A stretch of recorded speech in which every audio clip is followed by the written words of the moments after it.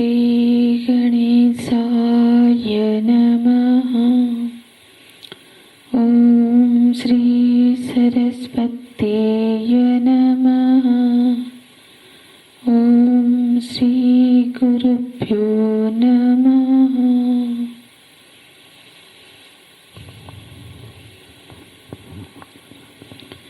श्लोक नंबर 50।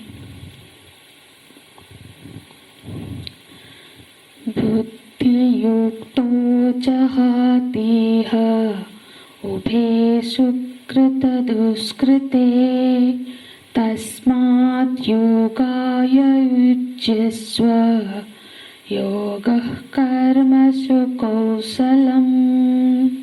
योगः कर्मसु कौशलम्।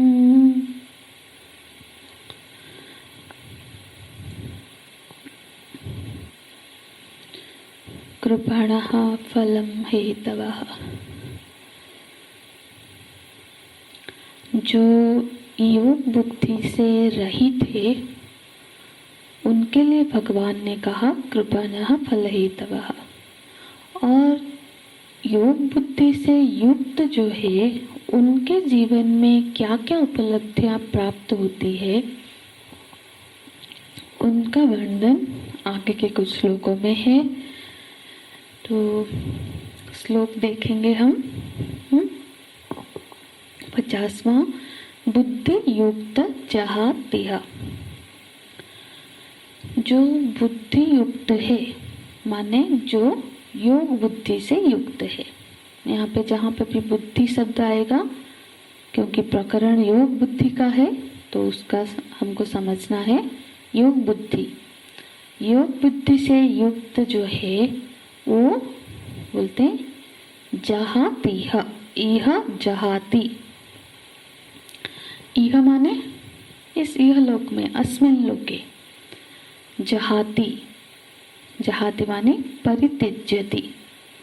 वो लोग इस लोक में इस दुनिया में इस संसार में रहते हुए ही दो चीजों को छोड़ देते हैं। किन दो चीजों को छोड़ देते हैं? तो बोले सुकृत दुष्कृते उभे जहाती। उभे सुकृत दुष्कृते।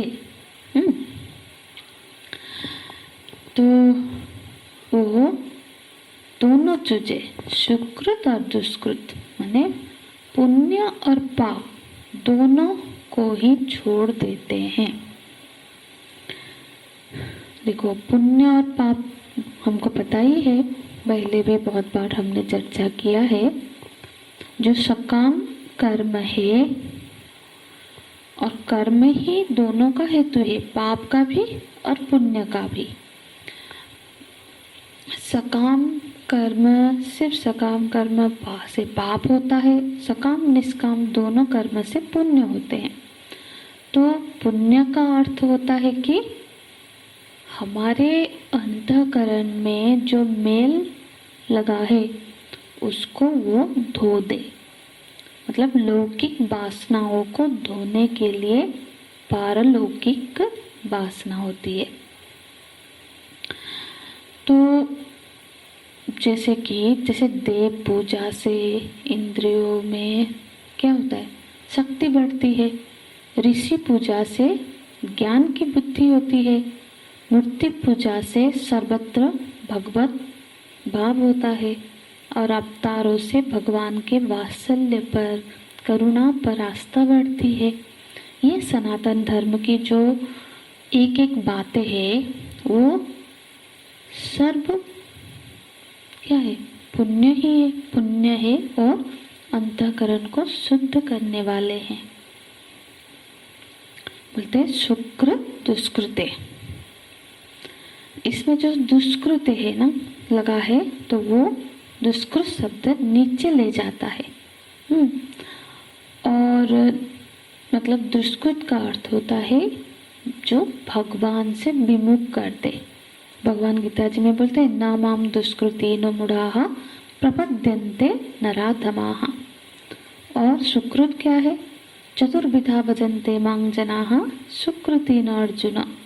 अर्थात सुकृत वो है जो भगवान की ओर ले जाए और दुष्कृत वो है जो भगवान से विमुख कर दे। तो पुण्य और पाप को, ये सुकृत और दुष्कृत को छोड़ देते हैं जहाती। जो योग बुद्धि से युक्त व्यक्ति है, योग बुद्धि से युक्त अर्थात जो ईश्वर परायण व्यक्ति है, वो पाप और पुण्य दोनों को छोड़ देता है। माने क्या है, जैसे जो ईश्वर परायण व्यक्ति है, एक तो वो चिंता नहीं करता है कि मेरे इस कर्म से, इससे मुझे पुण्य की प्राप्ति भी होगी या फिर पाप मिलेगा।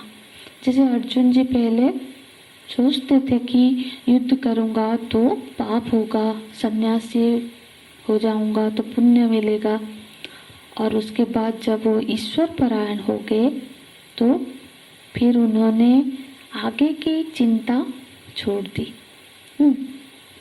एक तो उसको चिंता नहीं होती है भविष्य की, और दूसरा इस जन्म में जो सारी परिस्थितियां आ रही है वो भी पाप या पुण्य का फल ही मिल रहा है। पुण्य का फल शोभन परिस्थिति, अनुकूल परिस्थिति, और पाप का फल प्रतिकूल परिस्थिति, कुछ दुखद परिस्थिति। तो वो उन परिस्थितियों से भी निष्प्रभावी रहता है, जहाती। इसका दोनों अर्थ है।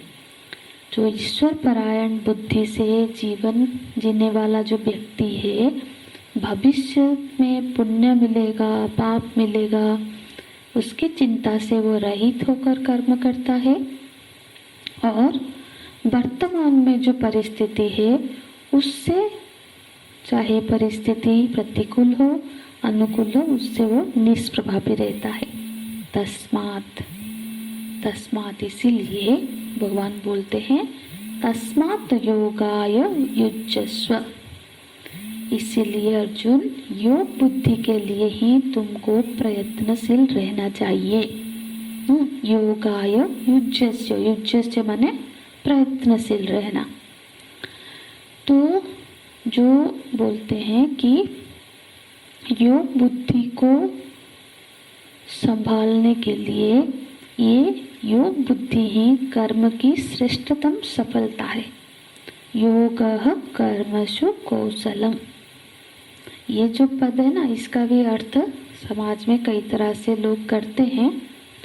जैसे कि हमको इसको सही से समझना है। जैसे योगः कर्मसु कौशलम को तो कुछ लोग उसका अर्थ ऐसे भी बना लेते हैं कि योग ही कर्म की कुशलता, माने कर्म में कुशलता ही योग है। उसका ऐसा अर्थ बनाते हैं कि जो कर्म को, मतलब कर्म को कुशलता से करो, यही योग है। भगवान यही कह रहे हैं, लेकिन इसका ये अर्थ नहीं है। यहाँ पर भगवान योग की परिभाषा नहीं बता रहे हैं, कर्म की कुशलता की परिभाषा देते हैं। भगवान ये कह रहे हैं कि कोई भी कर्म कुशल कर्म तभी कहलाएगा जब उसमें योग बुद्धि जुड़ेगा। योगः कर्मसु कौशलम, मतलब कर्म की कुशलता क्या है? यदि किसी के मन में ऐसा प्रश्न है तो उसका उत्तर है योग एव कर्मसु कौशलम। योग को ही कर्म की कुशलता बोलते हैं। अर्थात उस कर्म के संपादन में यदि ईश्वर अर्पित बुद्धि से हो रही है, हो गए, तब वो कर्म कुशल कर्म कहलाएगा। वो चाहे वो लौकिक दृष्टि से कोई घोर कर्म ही क्यों ना हो, जैसे कि युद्ध जैसा घोर कर्म भी क्यों ना हो, वो कर्म यदि ईश्वर अर्पित बुद्धि से हो रहा है तो फिर वो कर्म कुशल की कुशलता है, क्योंकि वो योग बुद्धि से जुड़ गई है ना। इसलिए जिस कर्म में योग बुद्धि जुड़ी है वो कर्म कुशल कर्म है।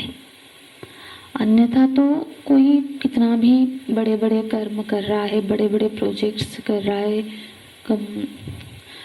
वो यदि योग बुद्धि से जुड़ी हुई नहीं है तो फिर वो कुशल कर्म नहीं है, माने वो आध्यात्मिक उन्नति का कारण नहीं बनेगी। भगवान कर्म को इस तरह से व्याख्या देते हैं। भगवान की दृष्टि ही मतलब लौकिक दृष्टि से वो भिन्न है। जैसे लौकिक दृष्टि में कोई ऑफिस में एक सर्वेंट है, एक ऑफिसर है, बॉस है, तो दोनों के कार्य क्षेत्र अलग अलग है। वो कुछ और तरह का काम करता है, ये कुछ चपरासी जो है उसका काम का क्षेत्र अलग है। हाँ, और उस हिसाब से उनकी प्रतिष्ठा भी अलग अलग है। ये तो भौतिक उपलब्धियाँ है, पर लेकिन यदि जो चपरासी है वो उसके कार्य में योग बुद्धि से जुड़ा हुआ है, ईश्वर अर्पित बुद्धि से वो यदि कार्य कर रहा है, भले ही वो कर्म झाड़ू पोछा ही करता हो, लेकिन यदि वो ईश्वर अर्पित कर्म से करता है तो उसका कर्म, और यदि जो बॉस है, जो ऑफिसर है, वो सिर्फ मेहनत से कर्मठ होकर काम कर रहा है पर उसमें योग बुद्धि नहीं है, तो उसके कर्म से श्रेष्ठ है वो सर्वेंट का, वो चपरासी का कर्म, क्योंकि वो उस कर्म को करते करते ही आध्यात्मिक उन्नति उसकी होगी।